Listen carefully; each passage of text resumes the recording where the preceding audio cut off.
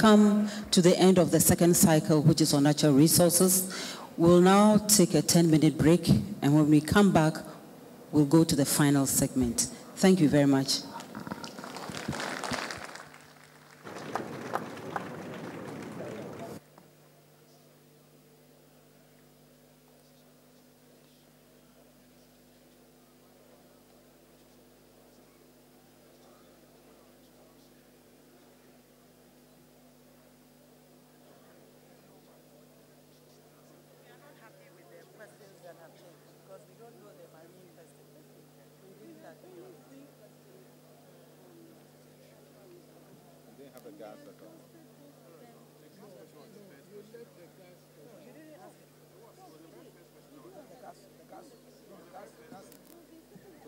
It was in the first one. The only thing about it was that, you see, there's a preamble in it that the quality of work being done there is good. It's difficult to...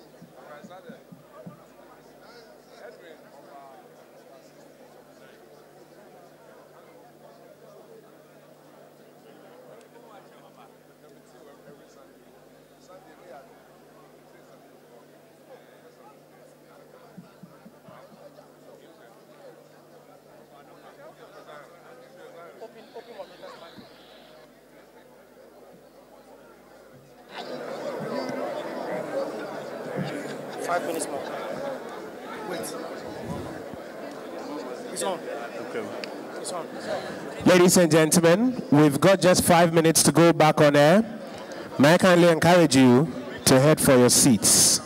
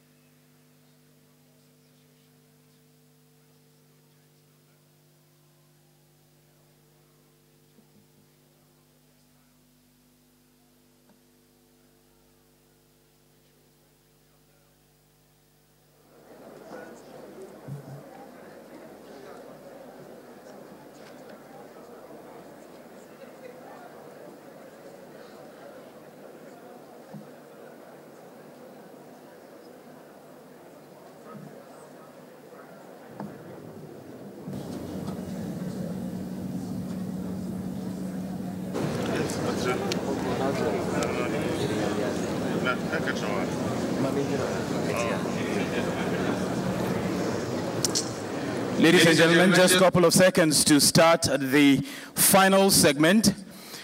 Distinguished candidate, you are respectfully requested to turn on your microphones and adjust them suitably. Let's be seated. Moderators, back to you. Thank you. Welcome back. This is the final IEA presidential debate for the 2012 elections. Welcome to the third and final segment. In this segment, we're talking about women, children, and foreign policy. I'll start with you, Mr. Hassan Ayariga of the PNC. Ghana ranks very low on the Gender Equity Index worldwide. How do you plan to change women's poor representation at all levels of governance if you were elected president? Thank you very much. Our women and children form a very vital sector of our population, and as such, needed to be treated very special in service delivery. Our administration will focus on empowering women to face global competition in all aspects of life. We will achieve this through one, identifying viable women groups and organizations and empower them to descend to the grassroots to support the grassroots women in trade and in businesses. We will establish capacity training centers to train more women in character and leadership, to take up leadership positions both in public and in private sector, and also identify career women and supporting them as well as encouraging them to serve as role models and inspire the less privileged women in society. We will continue to subsidize the price of sanitary wear so that mothers can afford for their babies, and also expand the LEAP program to cover all single mothers. We will place a 50% reduction for women embarking on Hajj pilgrimage and establish scholarship for brilliant female students from poor homes. Let me make this clear. If the NDC and the MPP are serious about women, they would have made either their presidential or vice presidential candidate a woman. That is why the PNC has done it. This means that a woman will be at the presidency when we go to the castle in 2013. And if God forbid, in any time that anything happened to me, she will be the president of Ghana.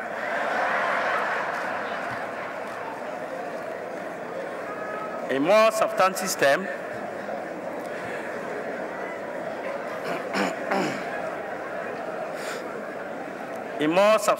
terms, a PLC government will work to ensure that our natural orientation that women are second-class citizens.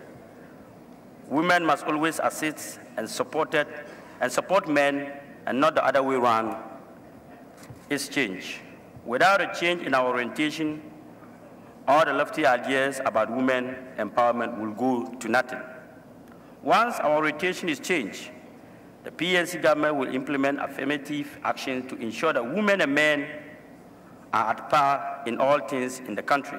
These measures would include: 1, passage and implementation of affirmative action law, ensuring that there is a 50% quota for women in all public appointments, ensuring that local government and national elections stood up women half of their candidates for the election that women are supported to effectively. Thank you, Mr. Ayaga.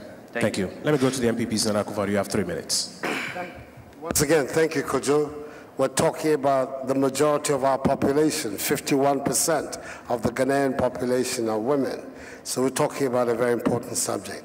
I think much as all of us would like to see a woman president one day, I'm hoping that that does not require the premature passing away of my good friend Hassan Ayariga.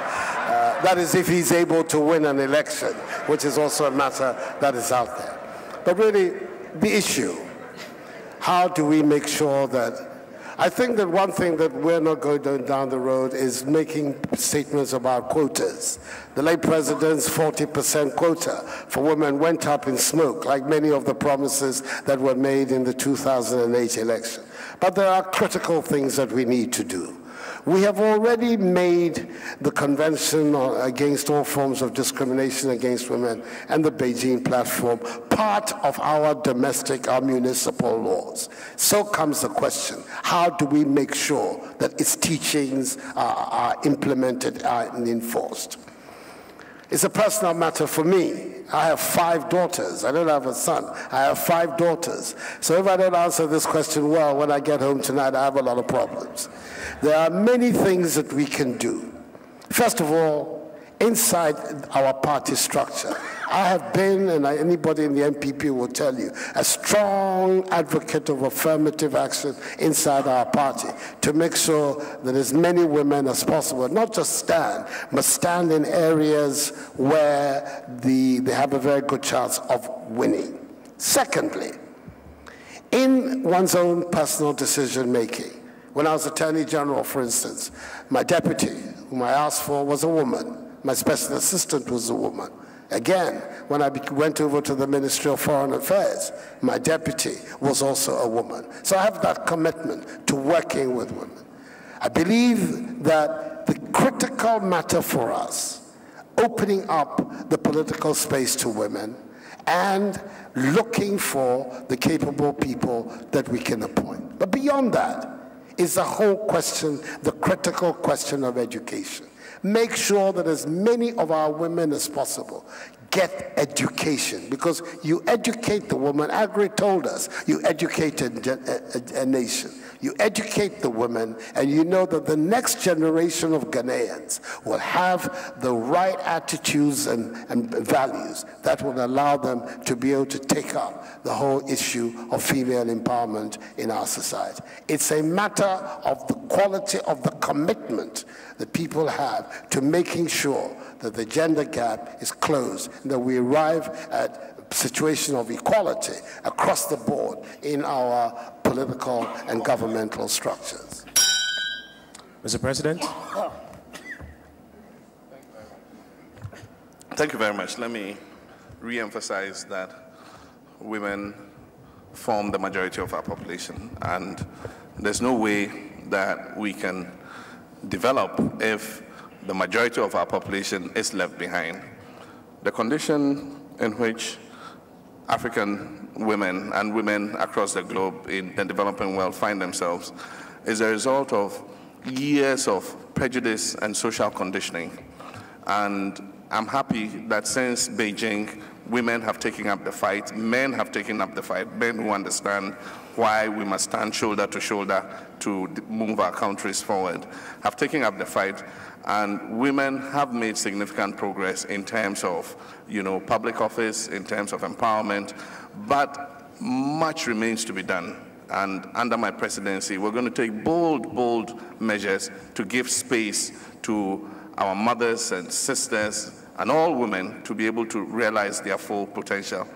The time has come to discard the platitudes and tokenism that we do. I think that firm measures need to be taken. And the challenges women face are the creation of real opportunities, whether they have real opportunities that they can take advantage of. And the second one is economic empowerment. Often the empowerment is with men.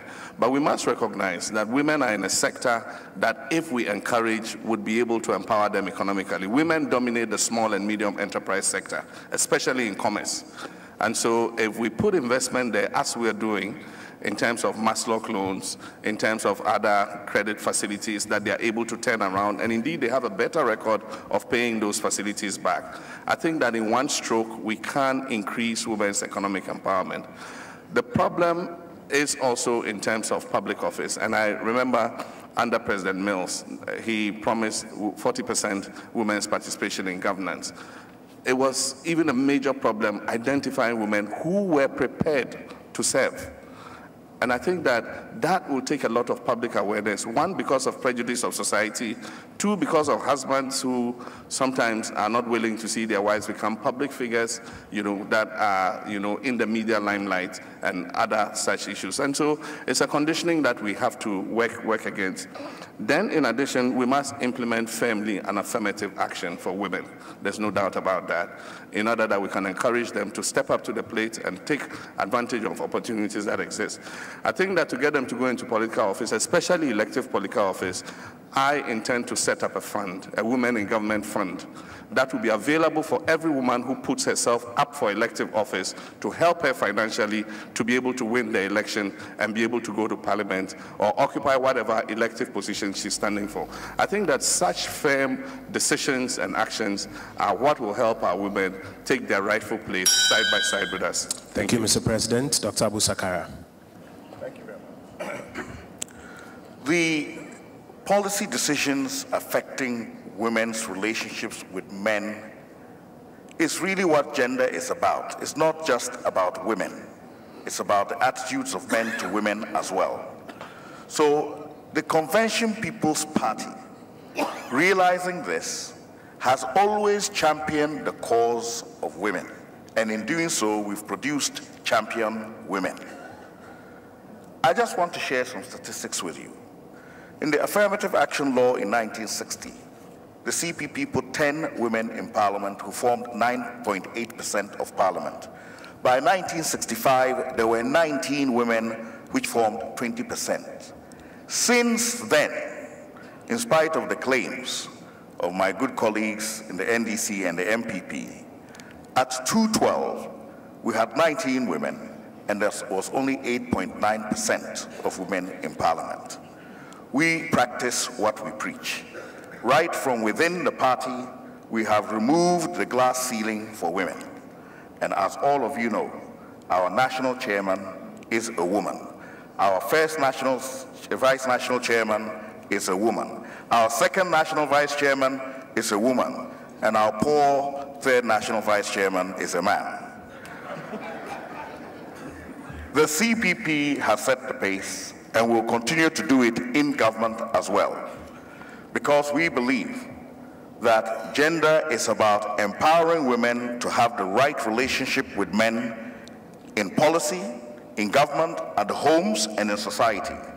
And therefore, we need to do this in a pervasive manner with awareness and education, both formal and informal.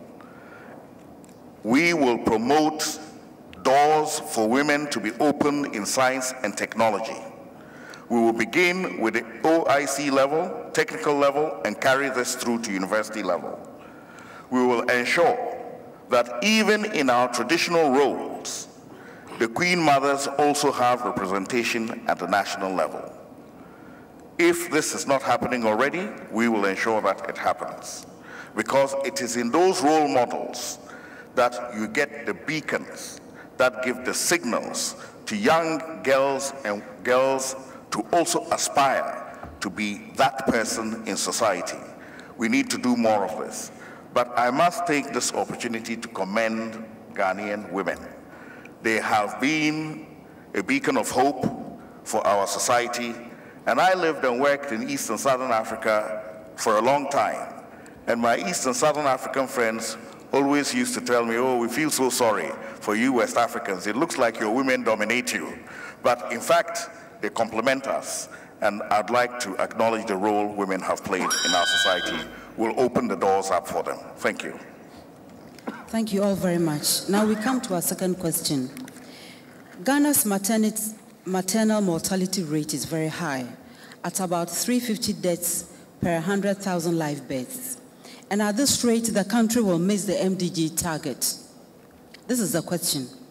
What do you think are the underlying factors of high maternal mortality rate in Ghana, and how will your government address them? I begin with the NPP. Thank you very much, Madam.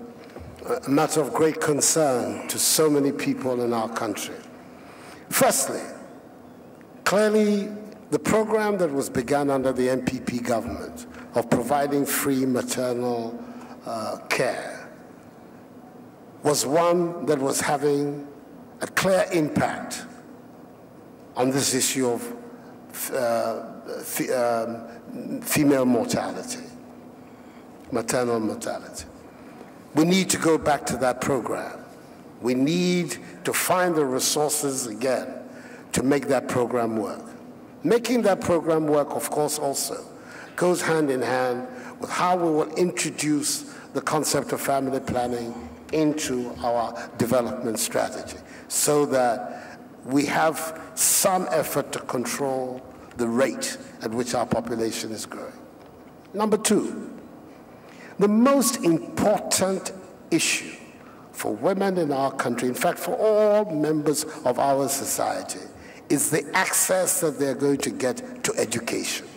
Because with education comes with it better knowledge of hygiene, better knowledge of nutrition, better knowledge of care. And there is where the focus has to be. What we need to do to ensure that all our girls are within the education catchment bracket. And that is why the NPP and I are insisting that the whole concept of education in Ghana has to be radically enlarged. Enlarged to make sure that every single child, female, gets into school. This is at the heart of our policy for free secondary high school education. If at the end of the day, we are in a position to bring everybody within the educational system, the benefits of it, medium and long term, are obvious for the development of our society. And there is where we stand, and these are the fundamental thrust of the NPP response to the whole question of maternal mortality. First of all, the funds to keep the program open, make sure that we have a radical commitment to making sure that every single woman, child, gets decent education in our country.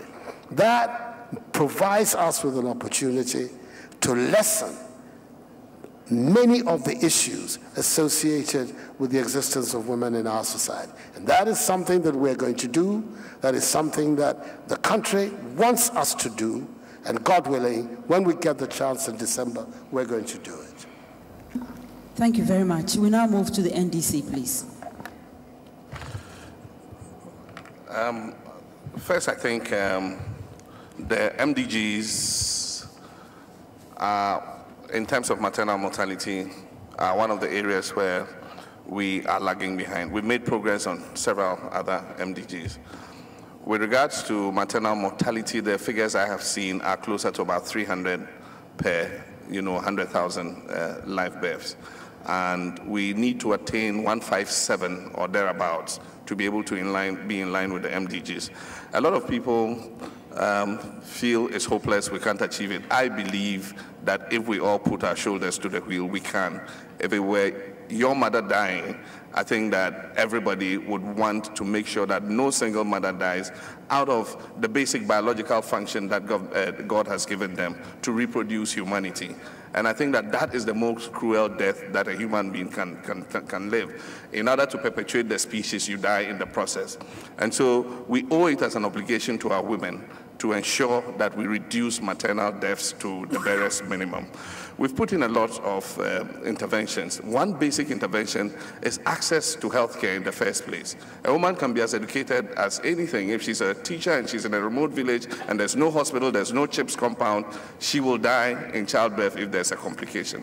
And so what we have been doing, and I will continue to do, is to take healthcare to the mothers wherever they are to ensure that they have trained personnel who can monitor them before birth. If the pregnancy is going to be complicated, if the birth is going to be complicated, move the mother to the nearest healthcare facility where she can have a supervised delivery. You notice that where we have supervised deliveries in our health facilities, the maternal mortality figure is lower. Most of the maternal deaths in this country occur from unsupervised deliveries. And so that's what we've been working on. We've, in the last 4 years, built 1,300 CHIPS compounds across the country to take healthcare, maternal healthcare to mothers in the remotest areas. We have deployed 161 ambulances under the National Ambulance Service, and we're establishing communication systems where even in the remote villages, a health attendant can call and say, we have a difficult delivery, send an ambulance, let's evacuate this mother. And so we will continue, and under my presidency, I will continue firmly to roll this out. Maternal mortality is linked with a lot of things. It even includes the road that leads to the village. If the road is in poor shape and therefore taxis and other vehicles are reluctant to go there, if there's a difficult birth, I've seen cases where mothers are jacked up behind a motorcycle and riding for miles to get to a health center. We will send the health centers and the CHIPS compounds to them. We will improve the roads so that they can be evacuated easily in the event of difficult births. And we will look at all the linkages that make our mothers die when they are giving birth and make sure that we put in place, under my presidency, interventions that will prevent that from happening. Thank you. Thank you so much. CPP, please. Thank you very much. The 350 per 10,000 live births, 50 more than the president said, is where we are. And in order to reduce this significantly, we have to look at the magnitude of the problem and invest sufficient resources to at least halve it. This does not mean small incremental allocations. It means a massive injection to bring the facilities to the people immediately. It is not too much to ask for a small room with a solar light, clean equipment, alcohol, and also strappings that can be used to strap the pregnant mother down during transportation in order to prevent rupture. These are expenses which we as a nation can afford. And it is a disgrace that we are able to afford so many expensive things, and yet these little things, which these people in rural areas do not ask a lot for, we don't want to give it to them. Under my presidency, I will make sure that they get it in one term of office.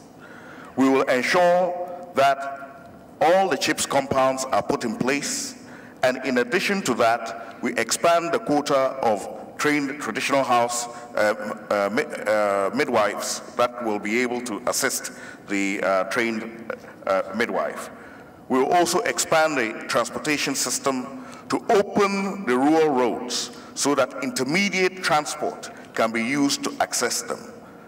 Many of the pregnancies that go to term and end up in trouble arise from a mother who has been carrying a load on her head for about 3 kilometers before she arrives home.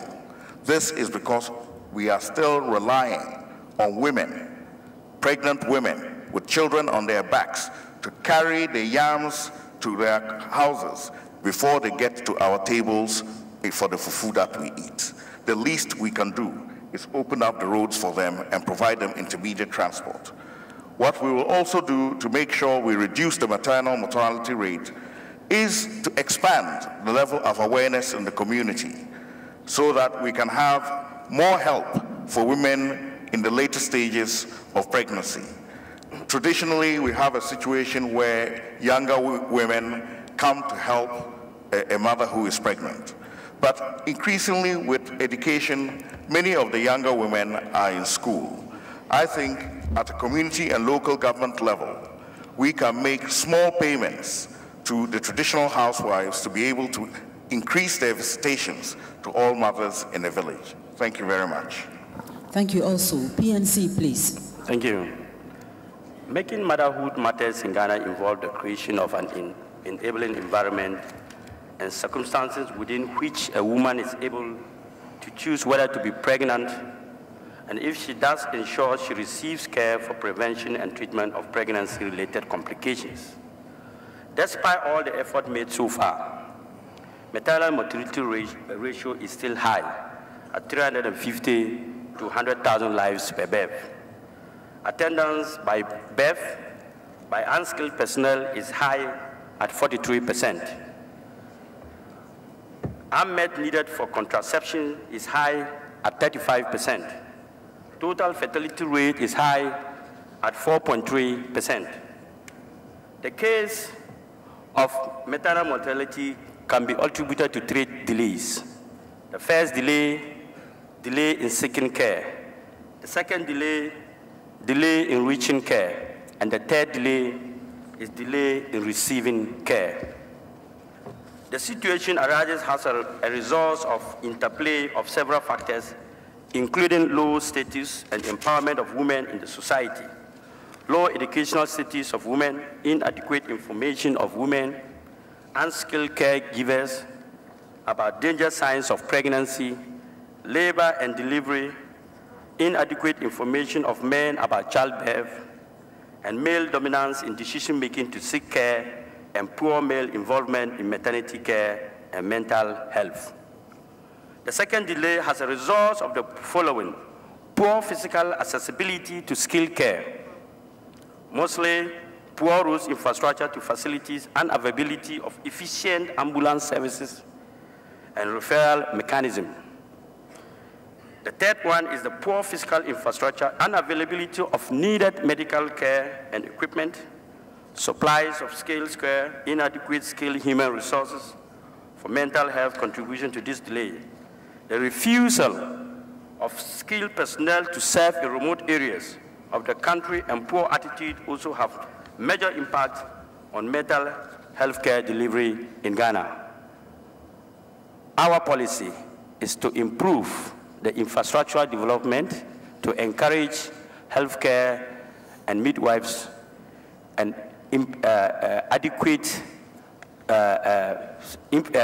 to implement and add up and build more facilities at the local levels. From 5 to 50 kilometers distance, we will put up healthcare centers to be able to accommodate people within societies where there are not healthcares. Thank you very much. Thank you, Mr. Yaga, and thank you to the candidates. We go for our penultimate question in this debate tonight.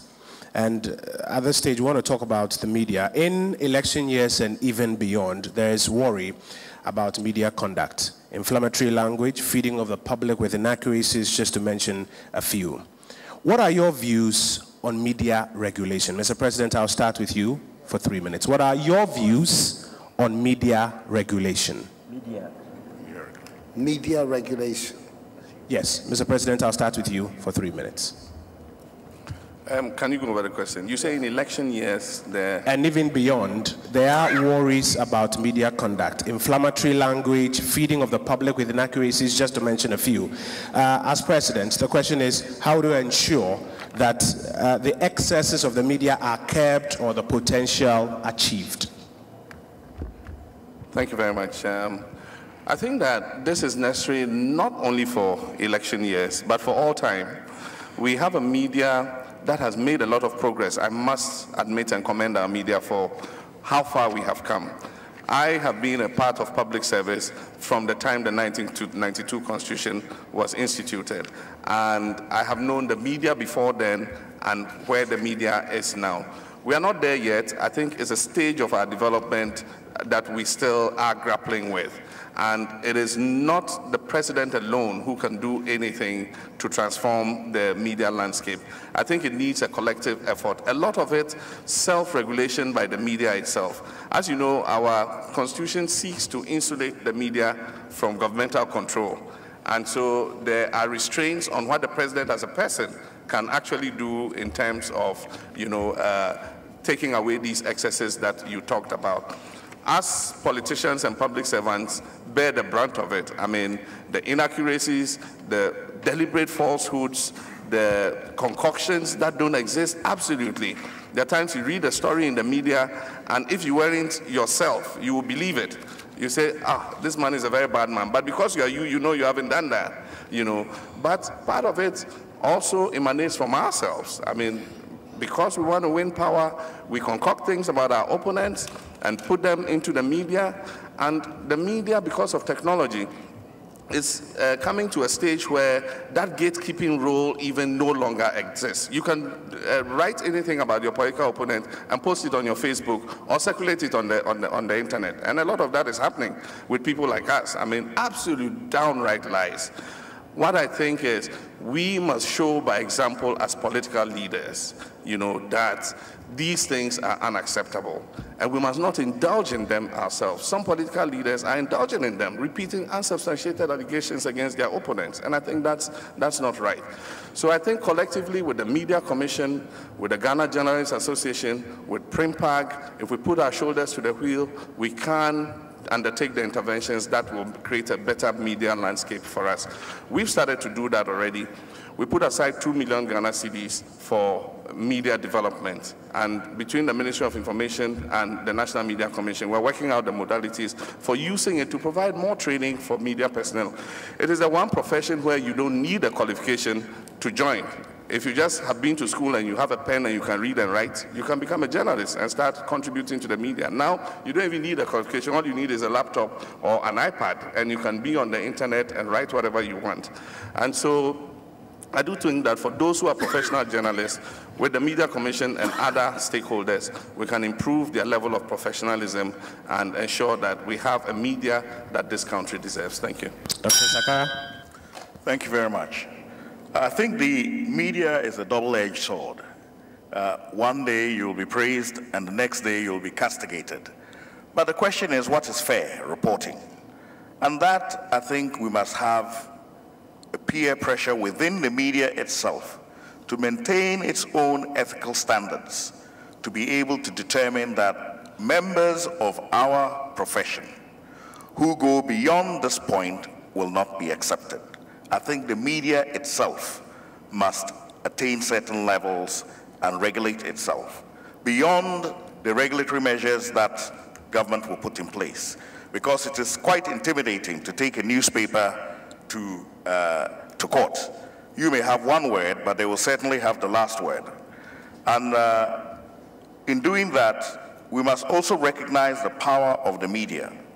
They have played a useful role in our democracy. Certainly, we have had a fairer opportunity to get our message out to people, because sitting at a local FM station, you can reach most people who are in their workplaces, and you can have an interaction with them that would not be possible at gargantuan rallies. So it is important we recognize the power of the media and the role it has played in expanding our democracy. But at the same time, we need to check the excesses. And I believe that by ensuring stricter quotas in the government-funded newspapers, we will have more open space and fairer reporting for the various political parties. Secondly, we know that a lot of media houses are owned, quote-unquote, by certain political parties.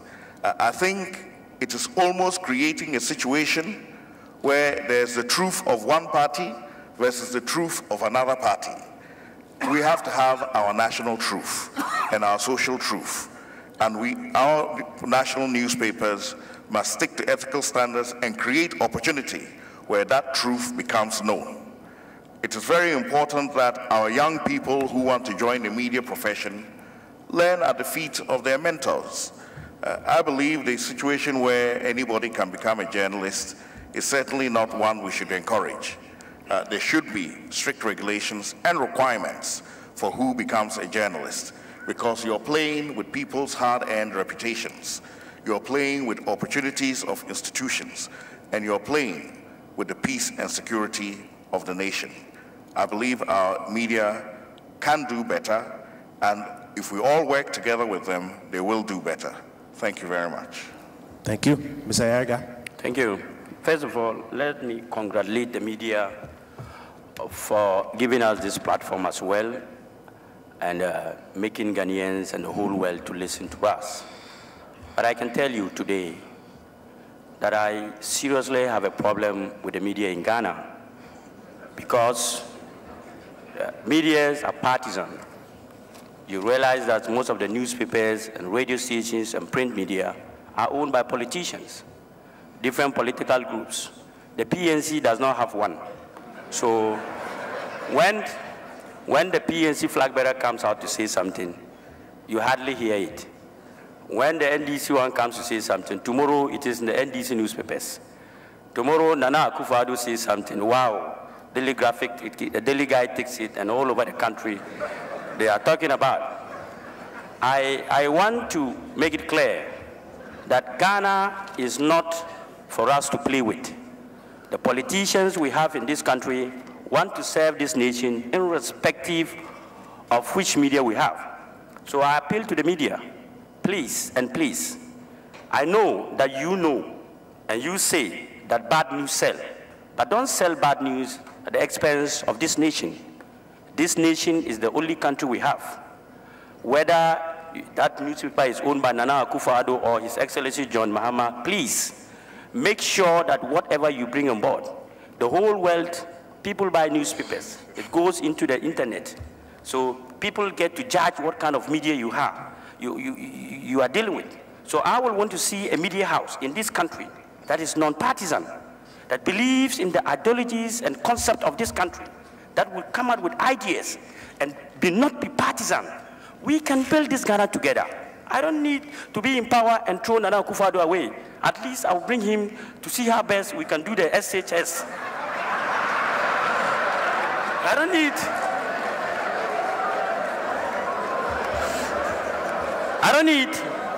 don't need to throw my brother Abu Sankara away. At least agriculture part, I can put him there to see how we can handle the farmlands in the north and other parts of the country. His Excellency is a communicator. At least as a foreign minister, he will communicate well with us.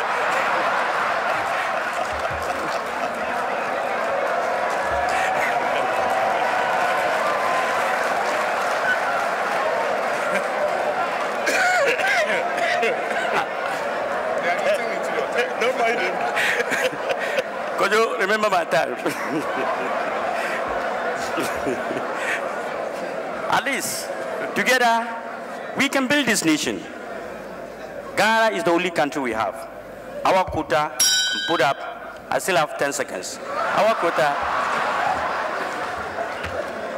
quota, when brought together, we can have a perfect nation. Okay. We can build a nation okay. that our children to come will benefit.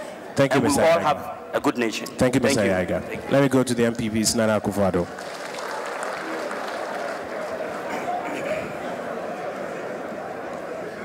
You have 3 minutes. Okojo, thank you. Well, it's good that my young brother Hassan is making his cabinet right here in front of all of us. Okojo, this is an extremely important matter. The Ghanaian media has come a very long way to becoming a vehicle for dissemination of information and also for being a vehicle for accountability in our national life.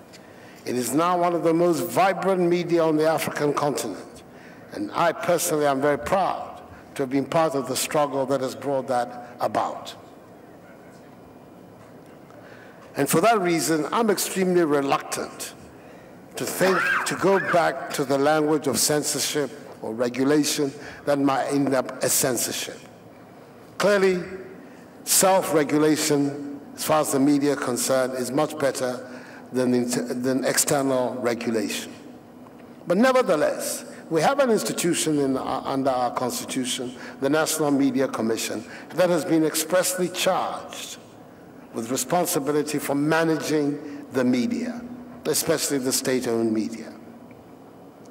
It is extremely important that those of us in the political class continue to insist on the correct role that the media should play in our national life. It's a vehicle for information, and it's also a vehicle for accountability. I believe that the louder the voice is on that, the more chances that we will have of making sure that we have a media that not is only vibrant, it needs to be vibrant, because we can't have a media that is anodyne and is just accepting whatever is going on at face value. We need a vibrant media. But much as we need a vibrant media, we also need a responsible media. And I believe the louder our voice is collectively, civil society and the political class on that, the more likely it is that at the end of the day we'll have. Secondly, the media itself. We have to enhance the training of our media practitioners. The methods of doing that are there. They're known. They're no secret. That we need to enhance their training so that the professional standards that they should adopt are the internationally best accepted practices and the professional standards that we require to move a free society forward. Therefore, they have to devise methods to ensure that, and particularly to devise methods to ensure that our state-owned media doesn't become the propaganda wing of the ruling party at any one stage, but that it plays its role of giving the Ghanaian people relevant information and insisting on accountability. This is the way forward, as far as I'm concerned, in making sure that we have that vibrant but responsible media. Thank you. Thank you so much. Now we come to our final question before the summary one. And I begin with Dr. Abu Sakara Fossa of the CPP. What would be the main thrust of your foreign policy when elected as president? Ghana's foreign policy has rested on 4 pillars. The Convention of the United Nations, which guides our multilateralism, our South-South approach now, which was previously non-aligned policy, and our Pan-Africanist policy and our policy for regional integration. These 4 pillars have not changed, and they were instituted by the Convention People's Party. Others have come to tinker with them here and there, but they've remained fundamentally the same. What we will do to ensure we make significant advancement is to make it clear to the world that we will never align ourselves with any unilateral action by anybody, no matter how powerful, because this is based on the principle of maintaining sovereignty and dignity for everybody, everywhere. In a world where increasingly other powerful nations want to take unilateral actions, we must stand firm. Secondly, we must ensure that we expand the frontier of South-South cooperation to improve technology transfer quickly to make up for our deficit in manufacturing and improve our trade terms. We must also ensure that we remain committed to Pan-Africanism. We, at this moment, have lost the glimmer in our light as Pan-Africanists, because when we have been challenged to rise to the occasion, we have dithered. We did not take our good neighborly role in Ivory Coast seriously, and that resulted in a conflict that is still going on, and we are harboring the refugees. We must look to the ECOWAS Pact and ensure that we step up to the plate to resolve these conflicts. The security on our borders is important, and we must ensure that our foreign policy speaks to that. As to the issue of border disputes, yes, We must stand firm on principle as to the mechanisms that we use at the moment, but we can also look to compromise for exploration. Finally, on the issue of security threats with the Boko Haram and other extremist groups, we must work with our neighbors before those threats reach us. Ghana has a right to offer mediation in the Boko Haram issue within the ECOWAS framework to make sure that those faces behind the scenes are brought out into the open where it can be dealt with. These and other measures that we will take. Thank you very much. Now we move on to Mr. Hassan Ayariga of the PNC. Thank you. Ghana's foreign policy since independence has been characterized by a commitment to the principles and ideals of non-alignment and Pan-Africanism. As the first initiated by Kwame Nkrumah in the early 1960s, for Nkrumah, non-alignment meant complete independence from the policies and alliances of both East and West, and support for a worldwide union of so-called non-alignment nations as a counter to both East and West power blocs. Pan-Africanism, by contrast, was a specifically African policy that envisions the liberation of the African people and political unity of the African continent. The critical meeting of organization of the AU of the 1963 was held in Accra. Dr. Kwame Nkrumah was a key leader in the international arena, and many progressive nations and forces looked up to him for inspiration. Today, the voice of Ghana in international circles is very low. The PNC government will return Ghana to its inavailable position as a leader in ECOWAS and a leader in AU and a leader at the UN, that is United Nations. Under the PNC, Ghana will not just attend meetings at these international fora. Ghana will develop substantive positions and documentations and rally progressively forces behind her to push for those positions and treaties and declarations.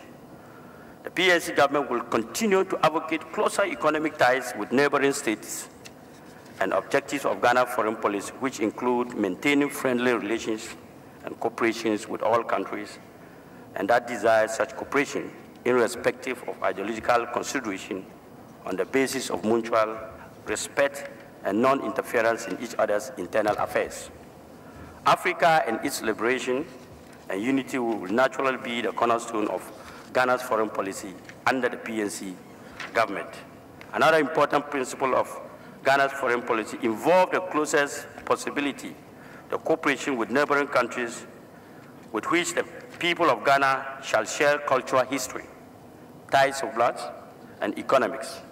The results have included various bilateral trade and economic agreements and permanent joint commissions involving Ghana and its immediate neighbors. These measures have contributed significantly to sub-regional cooperation, development, and the reduction of tension. Thank you very much. Thank you also. We now move to the Honorable Nana Akufo-Addo of the NPP. Thank you very much, Madam. Madam, the traditional foreign policy of our country has seen cooperation within ECOWAS and cooperation within the African Union as the central elements of our foreign policy. Unfortunately for us, the one contribution of the Mills Mahama administration to our foreign policy making was perhaps the most disastrous invention so far, the Ziwufi Asem foreign policy.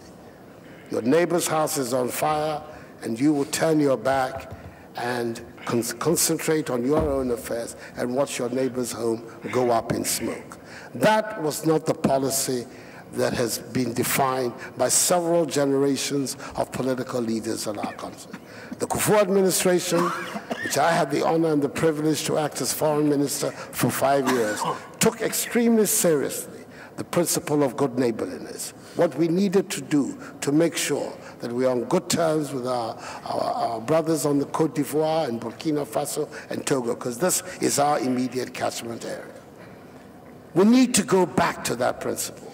And that is why today, a major blot on our international reputation is that our country is being seen as a haven for people to act against a neighboring country. We talk about the Ivorian crisis. The United Nations has published a report in which it has stigmatized our country as providing space and base for Ivorian dissidents to subvert and destabilize the Ouattara government. This is a course of conduct that an Akufo-Addo government is going to bring to an immediate end and restore the traditional Ghanaian foreign policy position of cooperation and good neighborliness, and within ECOWAS and within the African Union. We need to go back to that policy because cooperation within ECOWAS is going to be able to give us a community market that will be critical for our economic development, and also provide us with the opportunity to deal with important transnational problems that are facing all the countries of West Africa: drug trafficking, human trafficking. If we are able to strengthen the mechanisms of ECOWAS, we will then have a regional organization that will be in a position to confront these matters with greater strength and greater authority. And that is going to be the foreign policy position that we're going to take. Ghana is going to cooperate with all friendly nations, but we're especially with the nations that also have, like us, democratic systems of government. That's going to be the thrust of Ghanaian foreign policy, and to ensure that our nation gets the necessary benefit from our international transactions. Thank you very much. We now move to His Excellency John Mahama of the NDC. Thank you very much. Thank you very much. Let me use the first 30 seconds to correct an impression. Ghana is not being used to destabilize Cote d'Ivoire. We're doing everything possible. I declared on the UN stage that we're not going to allow our country to be used to destabilize any of our neighbors. And I'm not only talking, I'm walking the talk. I talk to President Ouattara regularly. We share information. Recently, we arrested 2 people who were trying to run arms to Cote d'Ivoire. We interrogated them. We handed them back to the Ivorian authorities. Relations between us are great. There's confidence between myself and President Ouattara. But let me talk about the planks of my foreign policy, and some of it is in operation already. The first is Africa as a centerpiece of our foreign policy. Because we belong to a continent, our focus is on how to make that continent a better home for all of us. And so that is the centerpiece of our foreign policy. And under that centerpiece, we would continue to play our role in African affairs in a bold way. We're going to continue the dreams of our Pan-Africanist fathers. We have completed the liberation of our countries in Africa, and so we're moving to the next step, that is working together to create conditions under which our continent will be a better place for all our people. We will meet all our obligations under the African Union, the protocols, the rules and regulations. We will support regional bodies, the Pan-African